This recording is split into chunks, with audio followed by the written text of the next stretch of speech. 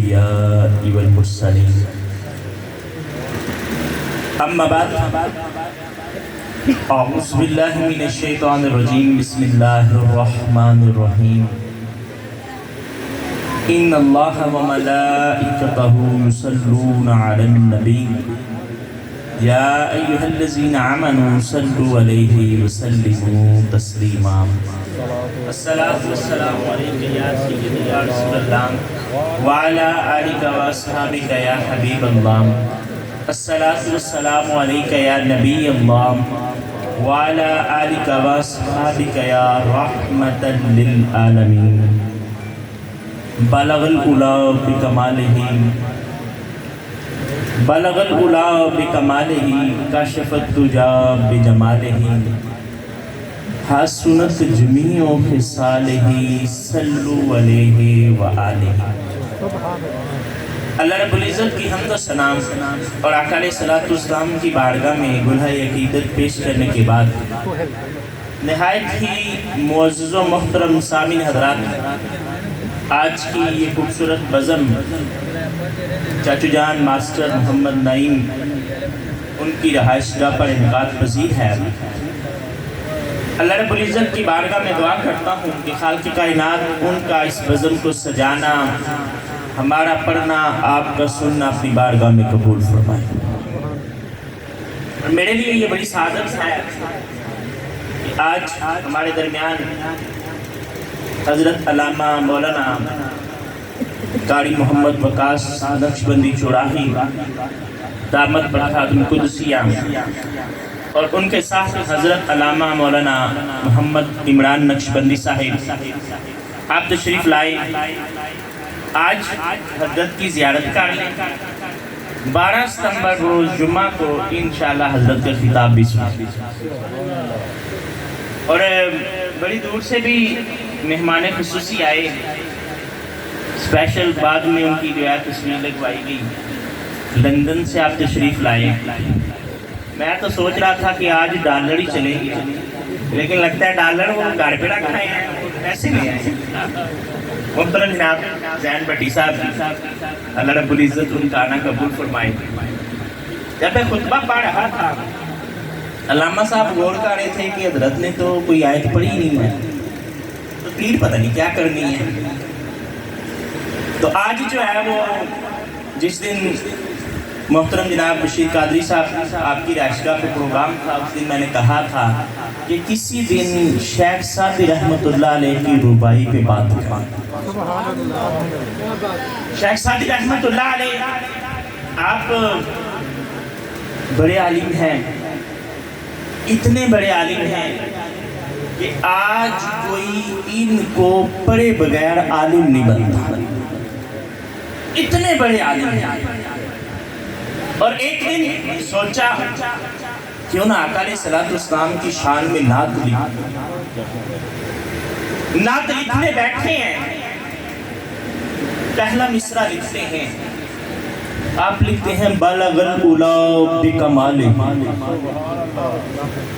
بالغ پہنچے الاولی بلندی میں بے کمال ہی اپنے کمال کے ساتھ۔ فرمایا کہ یا رسول اللہ، شیخ صادق کا انتخاب دیکھیں، کریم آقا علیہ السلام کی جب نعت لکھنے بیٹھے تو کیا لکھتے ہیں؟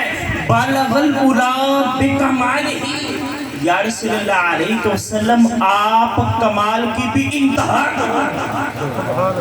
بلکہ یوں کہوں، اس کا ترجمہ یوں کہوں کہ جہاں پر کمال کی انتہا ہوتی ہے وہاں پر کریم آقا علیہ السلام کی شانوں کی ابتدا ہوتی ہے۔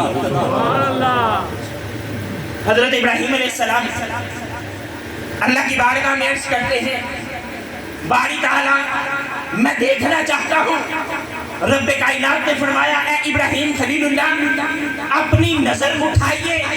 حضرت ابراہیم علیہ السلام جب نگاہ اٹھاتے ہیں تو سماوات کا مشاہدہ کر لیں۔ کہا یا اللہ میں دیکھنا چاہتا ہوں۔ رب کائنات نے فرمایا اے ابراہیم اپنی نگاہ کو جھکائیں تو حضرت ابراہیم علیہ السلام نے جب اپنی نگاہ کو جھکایا تو تحت الصراط تک ہر چیز کو دیکھا۔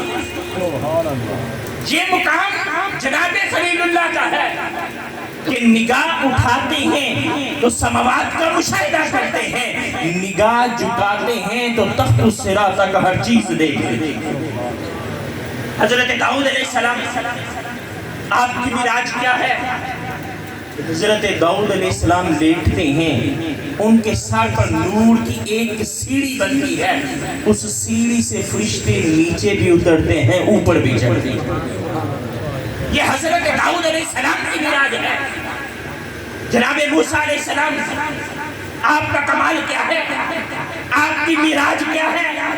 کہ جو مقام آپ کو ملا آپ سے پہلے کسی کے حصے میں نہ آیا، کہ جب چاہا جس وقت چاہا اپنے رب سے باتیں کر لیا۔ چھوٹی بات ہے کہ جس وقت چاہتے تھے، جب جی چاہتا تھا، آپ اپنے رب سے ہم کلام ہو جایا کرتے۔ اور یہ حضرت موسیٰ علیہ السلام کی زندگی کا مطالعہ کریں تو اللہ کے بڑے لاڈلے نبی ہیں، بڑے لاڈلے، بڑی چھوٹی چھوٹی باتیں جب قوم مطالبہ کرتے حضرت موسیٰ علیہ السلام کوہ طور پر چلے جایا کرتے تھے اور جا کر اللہ کی بارگاہ میں باتیں کیا کرتے تھے، اللہ سے وہ سوال کرتے، اللہ اس کا جواب دیا کرتے۔ یہ معراج حضرت موسیٰ علیہ السلام کی ہے، لیکن یہاں کریم آقا علیہ السلام کی ذات ہے۔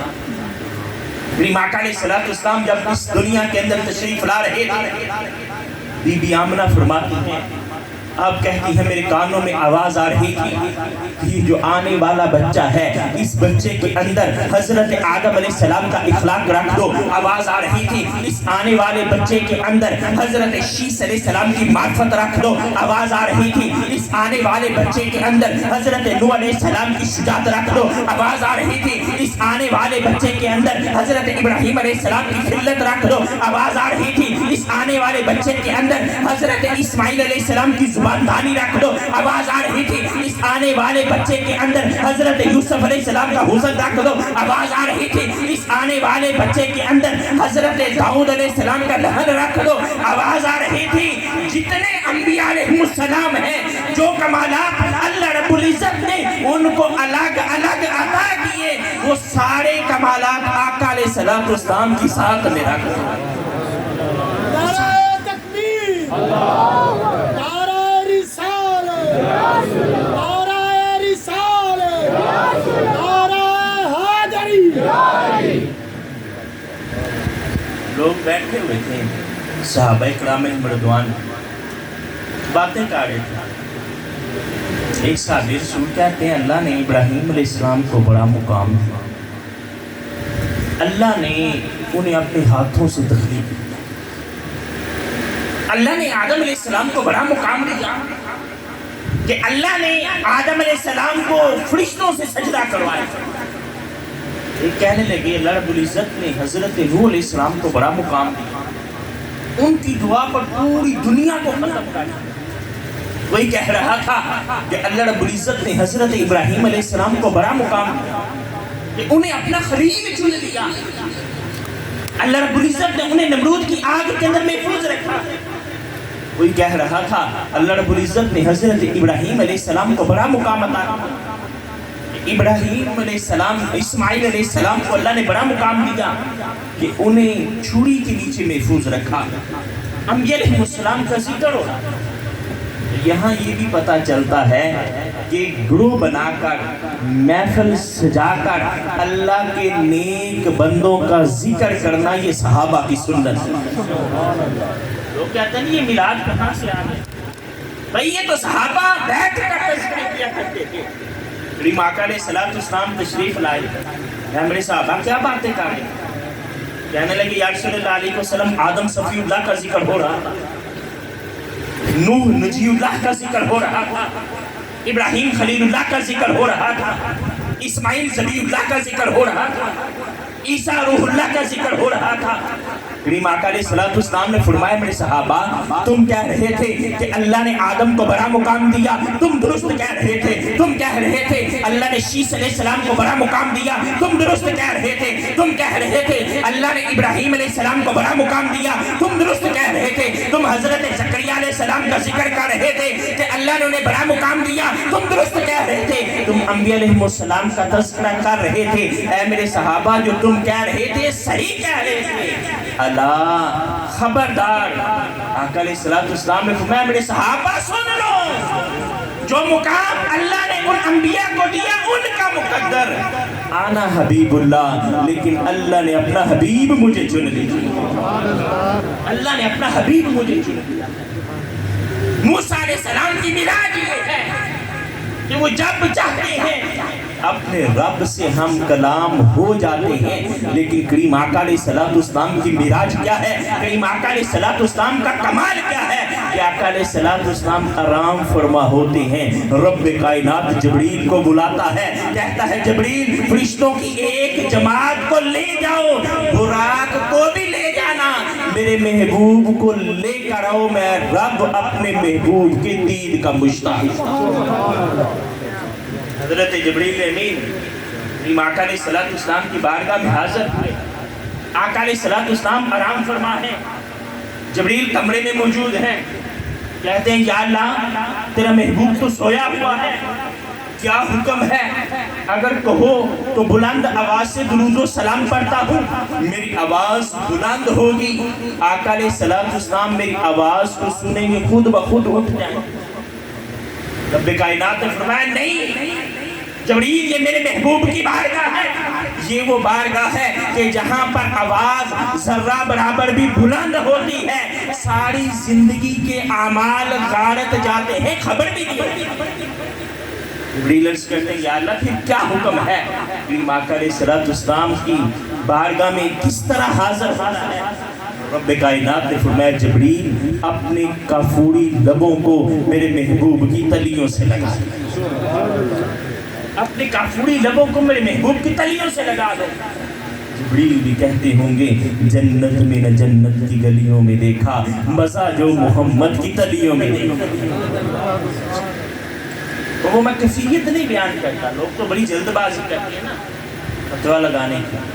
کریم آقا علیہ السلام زمین پر لیٹے ہوئے تھے، کریم آقا علیہ السلام زمین پر لیٹے ہوئے تھے، جبریل علیہ السلام نے جب آقا علیہ السلام کی تلیوں کو بوسہ دیا تو کس قدر جھکے ہوئے تھے۔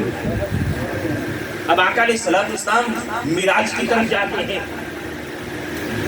کیونکہ موضوع معراج نہیں ہے اس لیے واقعات کو سکپ کرتا ہوں۔ پھر وہ مقام بھی آیا کہ جہاں پر سدرۃ المنتہا کی بلندیاں ہیں، جبریل بھی ہاتھ باندھ کے کھڑے ہو گئے، عرض کرتے ہیں یا اللہ اس سے آگے جبریل ذرہ برابر بھی جاتا ہے تو جبریل کے پاس جائے جاتے ہیں۔ کریم آقا علیہ السلام نے فرمایا جبریل یاد کرو وہ وقت جب انبیاء پر مشکل گھڑی آیا کرتے تھے، تم انبیاء کے پاس جایا کرتے تھے، ان سے پوچھا کرتے تھے جبریل کی ضرورت ہے تو بتاؤ۔ میرے جد امجد حضرت ابراہیم علیہ السلام کے پاس تم نمرود کی آگ میں گئے تھے، ان سے پوچھا تھا جبریل کی ضرورت ہے تو بتاؤ۔ میرے جد امجد نے کہا جبریل تمہاری ضرورت نہیں ہے۔ وادی طائف میں میرے پاس بھی آئے تھے، مجھ سے بھی پوچھا تھا جبریل کی ضرورت ہے تو بتاؤ۔ میں نے کہا جبریل میں تو وما ارسلناک الا رحمۃ للعالمین کی شان والا ہوں، میں ان کو عذاب دینے کے لیے تھوڑی آیا ہوں۔ میں نے کہا جبریل تمہاری حاجت نہیں ہے۔ جبریل آج میں اس مقام پر جا رہا ہوں جہاں تک تمہاری رسائی بھی نہیں، آج بتاؤ کیا میں محمد علیہ السلام کی ضرورت ہے؟ جبریل نے کہا ہاں یا رسول اللہ علیہ وسلم آپ کی ضرورت ہے۔ پوچھا جبریل بتاؤ کیا خواہش ہے؟ یا رسول اللہ علیہ وسلم جبریل کی یہ خواہش ہے کل قیامت کا دن ہو، پل صراط کا منظر ہو، آپ کی امت نے گزرنا ہو، جبریل چاہتا ہے کہ اپنے پر بچھا دے آپ کی امت اوپر سے گزر۔ آگے سفر ہوا، بالغ العلا بکمالہ، کمال کی انتہا پر ہے۔ ایک مقام آیا، وہاں پہ آواز آ رہی تھی کیف یا محمد ان ربک یصلی اے محمد علیہ السلام آپ رک جائیے، آپ کا رب آپ پر درود بھیج رہا ہے۔ جب آقا علیہ السلام نے اس دنیا کو چھوڑا تو اس حالت کے اندر کہ ہر چیز اپنے رب کی رضا چاہتا، ہر چیز اللہ کو راضی کرنے میں مشغول تھی، ہر چیز اللہ کے ذکر میں مشغول تھی۔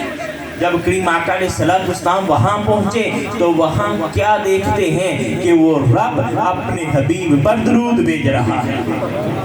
خدا کی رضا چاہتے ہیں دو عالم، خدا چاہتا ہے رضائے محمد۔ فَكَانَ قَابَ قَوْسَيْنِ أَوْ أَدْنَىٰ ثُمَّ دَنَا فَتَدَلَّىٰ۔ دو کمانوں سے کم فاصلہ رہ گیا، آواز آ رہی تھی، اے میرے محبوب اور قریب ہو جائیں، اور قریب ہو جائیں۔ آپ دیکھیں شیخ سعدی نے کیا لکھا، بالغ الأولیٰ بکمال۔ یا رسول اللہ علیہ وسلم، جہاں پہ کمال کی بھی انتہا ہو گئی، آپ اس مقام پر فائز ہیں، آپ اس مقام پر فائز ہیں۔ دوسرا مثلہ لکھتے ہیں، کاشف الدجا بجمال۔ کاشفہ پھٹ گئے، چھٹ گئے، دور ہو گئے، الدجا اندھیرے بے جمال ہی آپ کے حسن سے۔ یا رسول اللہ علیہ وسلم، آپ کے حسن سے دنیا کے اندھیرے دور ہو گئے۔ یخرجونہم من الظلمات الی النور۔ وہ نبی اس لیے آئے کہ تمہیں اندھیروں سے نکال کر روشنی کی طرف لے آئے۔ لوگ اس بحث میں پڑ گئے، کریم آقا علیہ السلام نور ہیں یا نہیں؟ صحیح مسلم کی روایت ہے، آقا علیہ السلام نے فرمایا، اللہ کی بارگاہ میں ہاتھ اٹھاؤ، اللہ کی بارگاہ میں دعا مانگو، یا اللہ میرے ہاتھوں کو نور بنا دے، یا اللہ میری آنکھوں کو نور بنا دے، یا اللہ میرے سر کو نور بنا دے، یا اللہ میرے بالوں کو نور بنا دے، یا اللہ میری ہڈیوں کو نور بنا دے، یا اللہ میرے جسم کو نور بنا دے، یا اللہ مجھے نور علی نور بنا دے۔ لوگ کہتے ہیں کہ وہ نور تھے یا نہیں، ہم کہتے ہیں وہ تو تمہیں بھی نور بنانے کے لیے۔ پیر نصیر الدین نصیر رحمۃ اللہ علیہ نے کمال کی بات کی، آپ کہتے ہیں حاضر و ناظر و نور و بشر و غیب کو چھوڑ، حاضر و ناظر و نور و بشر و غیب کو چھوڑ، شکر کر وہ تیرے عیبوں کو چھپائے، شکر کر وہ تیرے عیبوں کو چھپائے۔ کریم آقا علیہ السلام، سید عائشہ فرماتی ہیں، آپ کے نور سے ظلمات دور ہو گئی۔ سیدہ فرماتی ہیں، میں سوئی سے کام کرتی، چراغ جل رہا تھا، ادھر سوئی میرے ہاتھ سے گرتی ہے، ادھر چراغ بجھ جاتا ہے۔ اب رات کا وقت ہے، کچھ سجائی نہیں دیتا۔ اتنی دیر میں کریم آقا علیہ السلام میرے حجرے میں داخل ہوئے۔ آقا علیہ السلام کا آنا تھا، میرا گھر اتنا روشن ہو گیا کہ اس میں میں نے وہ گمی ہوئی سوئی کو بھی ڈھونڈ لیا۔ کاشف الدجا بے جمال ہی، آپ کے نور سے اندھیرے دور ہو گئے۔ حضرت اماں حلیمہ رضی اللہ تعالی عنہا، وہ وقت تھا کہ گھر میں دیا جلتا ہی نہیں ہے، اور وہ وقت آیا کہ آنوں نے، جو ہمسائے ہیں، پڑوس والے ہیں، وہ کہتے ہیں حلیمہ کیا بات ہے، آپ بڑی فضول خرچی کرتے ہیں، پہلے تو پیسے ہی نہیں تھے تیل ڈالنے کے۔ انہوں نے کہا آؤ میں تمہیں دکھاتی ہوں۔ اب وہ بیٹا آ گیا ہے جس کے چہرے کا نور ہی اتنا ہے کہ مجھے دیا جلانے کی ضرورت ہی نہیں پڑتی، دیا جلانے کی ضرورت ہی نہیں پڑتی۔ اور جب اماں حلیمہ آقا علیہ السلام کو لینے گئی ہیں، روایات کے اندر آتا ہے کہ آقا علیہ السلام کی آنکھیں باندھ تھیں، آرام فرما تھے۔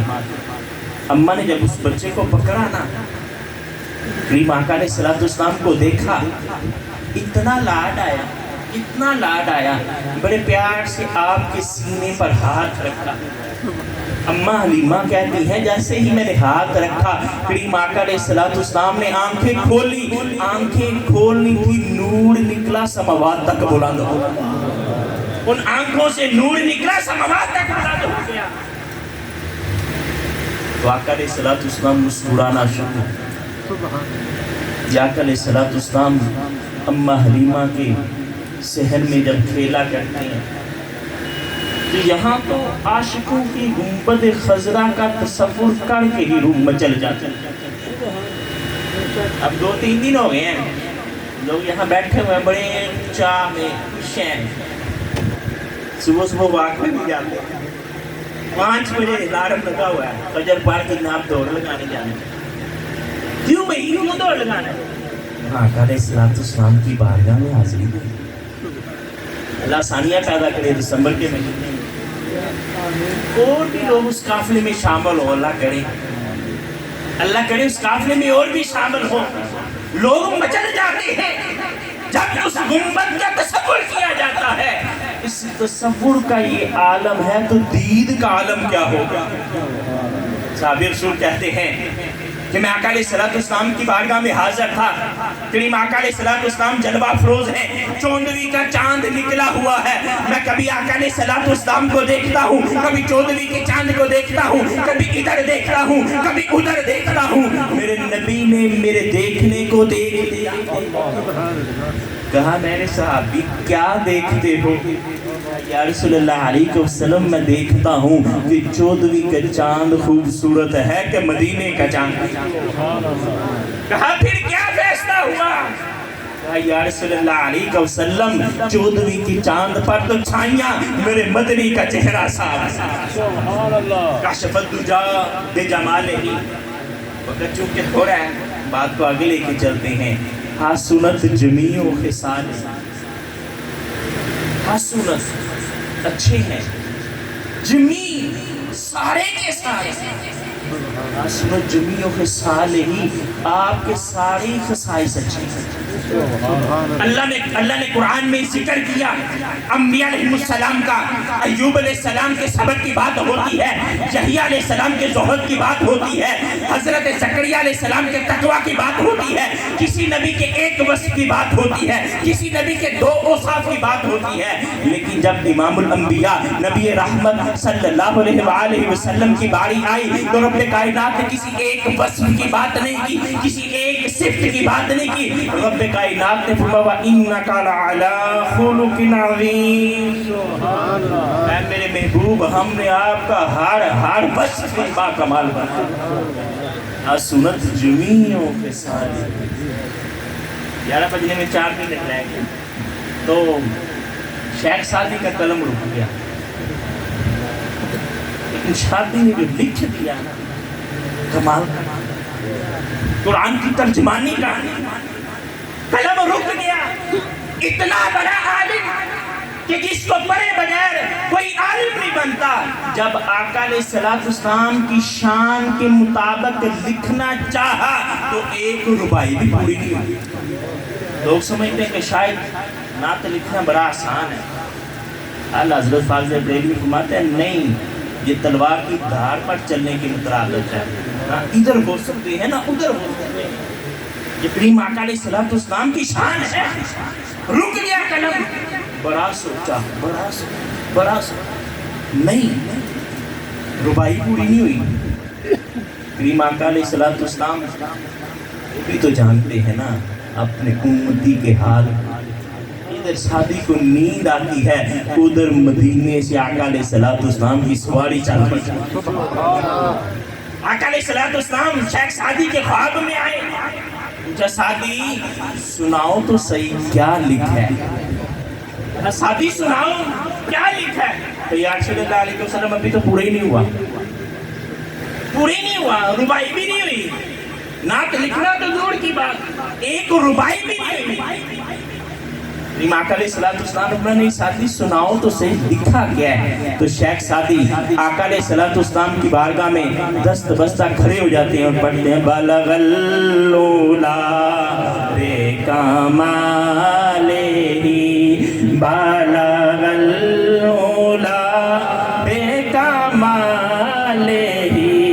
بلغ العلا بکمالہ، کشف الدجا بجمالہ، حسنت جمیع خاموش ہو گئے، خاموش ہو گئے۔ آقا علیہ السلام نے فرمایا سعدی تم نے لکھا بالغ الغلا بکمال ہی، سعدی تم نے لکھا کاشف الدجا بجمال ہی، سعدی تم نے لکھا حسنت جمیعوں کے سال ہی۔ جب اتنا کچھ لکھ دیا تو کہہ کیوں نہیں دیتے صلو علیہ وآلہ، صلو علیہ وآلہ۔ اس ربائی کے اندر چوتھا مصرع کریم آقا علیہ السلام کا ہے۔ کریم آقا علیہ السلام نے کیا کہا؟ کہا سعدی تم نے کہا بالغ الغلا بکمال ہی، آپ کمال کی انتہا کو پہنچے، کاشف الدجا بجمال ہی، آپ کے چہرے کی نورانیت سے اندھیرے دور ہو گئے، حسنت جمیعوں کے سال ہی، آپ کا ہر وصف با کمال ہے۔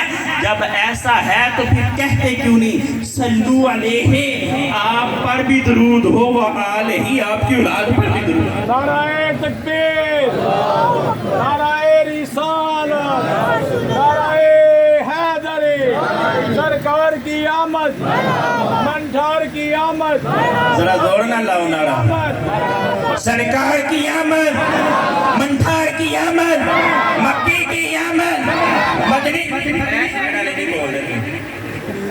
نہ اتنی کام کرنا، سرکار کی آمد، منٹھار کی آمد، مکی کی آمد، مدنی کی آمد، سونے کی آمد، اچھے کی آمد، نعرہ رسالت۔